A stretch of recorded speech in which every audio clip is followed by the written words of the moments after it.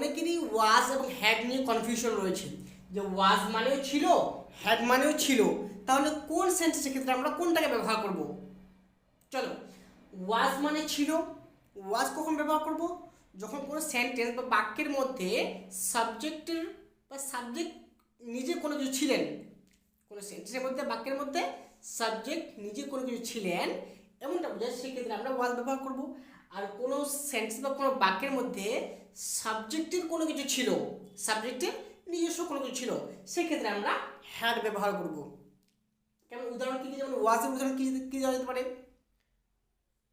বাক্যের মধ্যে সাবজেক্ট নিজে কিছু ছিলেন, যেমন রাম ওয়াজ এ টিচার, রাম একজন শিক্ষক ছিলেন। হি ওয়াজ আ চাইল্ড, সে একটি ছোট্ট ছিল।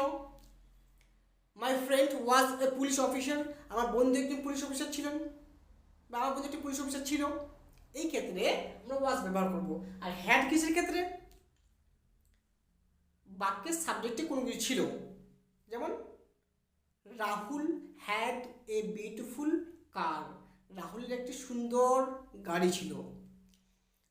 যেমন আর কি বলবে, যেমন Ram had a beautiful house, রামের একটি সুন্দর বাড়ি ছিল।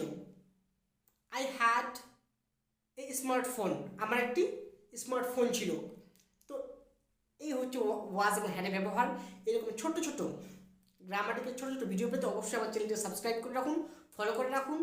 আশা করি যে এই ক্লাসগুলি তোমাদের একটু হলেও হেল্প করবে। Okay, thanks for watching my video.